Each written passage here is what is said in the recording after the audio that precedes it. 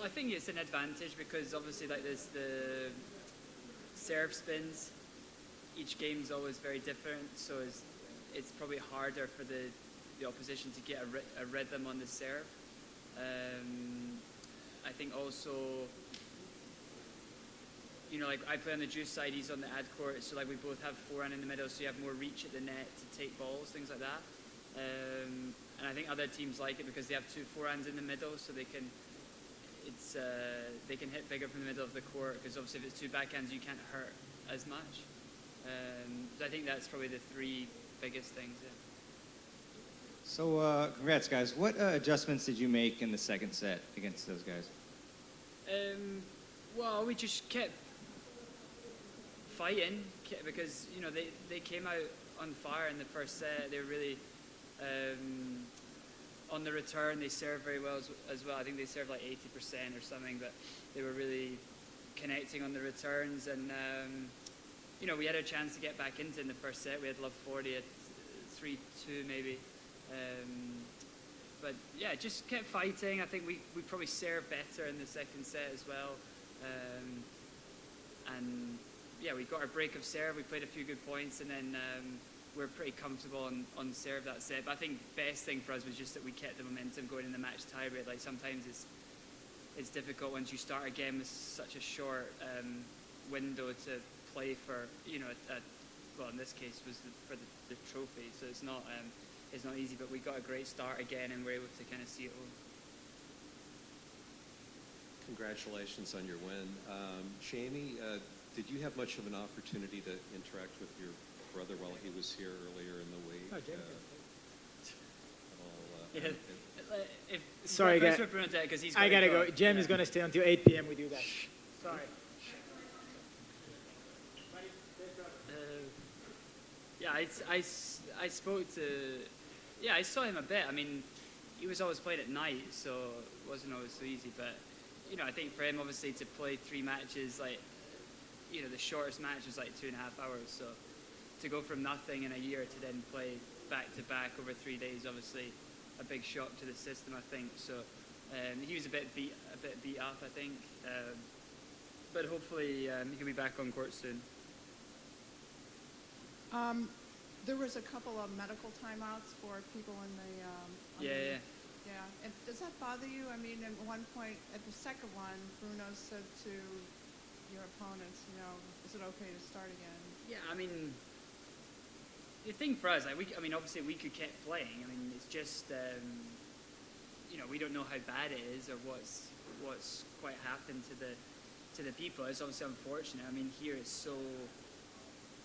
There's the heat and then the humidity, and there wasn't really any breeze today, so it was very still, it was like quite stifling. So, if you're just sitting there and the sun's just hitting you constantly, like it's almost easier for us because we're moving around, so we're not, just getting this heat right here. But I mean, it was far back as well, and so at court level we're not really aware of it. Also, this was really a question for Bruno, but maybe he spoke to you about it. His return of serves were kind of misinformed a bit earlier in the match, but he really got into them and really started to hit them well. Did that help? Yeah, I think in the first set he didn't quite have his timing. Like he said that after the match, but in the second set, like he really started to connect well, see the ball well, and especially in the match tiebreak, I think he had like 3 great returns that got us breaks of serve. And like that's when he's on and like he's feeling it, like he has an amazing return, like for sure one of the best in the doubles game. So with all the success you've had this week, I'm just wondering recently what types of things have you specifically been working on in your game in order to do well? I think for us, the first serve percentage for us is big. Like I like these conditions because I can get the ball jumping a lot, and the ball up here is not easy to control the ball and bring the ball down. And for Bruno, like he served really well most of this year. So for him, it's just kind of doing the same things, repeating, and having that same focus. And I think for us, like over the past couple of years of us playing, like hard court's always been our best or most successful court surface. So I think we were both quite excited to get out here and start competing and trying to win matches and give ourselves the best chance to qualify for the O2. But tactically, I don't think we necessarily changed lots of things. I think just try to execute a bit better. Do you think your longevity as a team has contributed to your success? I mean, the fact that it seems like the two of you play together quite often and regularly in tour-level events, as opposed to... Yeah, this is our third year together. And, I mean, look, we've had some great results. Like, our first year, we won 2 Grand Slams, and we finished #1 team. So, that's why you keep playing, Teams don't keep playing if they're not winning matches and being successful, because obviously it's business at the end of the day. But I mean, we have a good time together on and off the court, which I think helps, because obviously it's quite intense on the tour when you spend so much time with the guy. Off the court, your schedules are pretty much the same. So if you don't get on with your partner, it makes it a bit difficult, especially then when you get into matches and you've got important moments, difficult moments that you have to battle through. It's easier to do that with with someone that you have a good relationship with. Jaime, you've been around on the doubles tour and had so much success for a long time. You've also seen the Bryan brothers do that as well. Is it almost weird to see them kind of playing a part? I know they've been doing that since May, but is it still kind of odd to look across the court and see Mike out there and not Bob next to him? Yeah, it's weird. I mean, because they're a package deal. Like, it's always been that way. But obviously Mike had an amazing run at Wimbledon with Jack Sock, so it's not. They're obviously able to be successful out with their brothers, but yeah, it's obviously it's different. Mike was playing different side as well, so that took a bit of getting used to.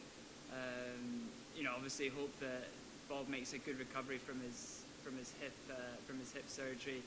I mean, they've done so many amazing things for the doubles game, for American tennis as well over the years, and they've dominated the doubles game for forever really, which is incredibly impressive when you think that every time they go on the court, the other team's desperate to beat them because they're the #1 team, and they were still able to stay at the top for so long and have so much success is incredible, really.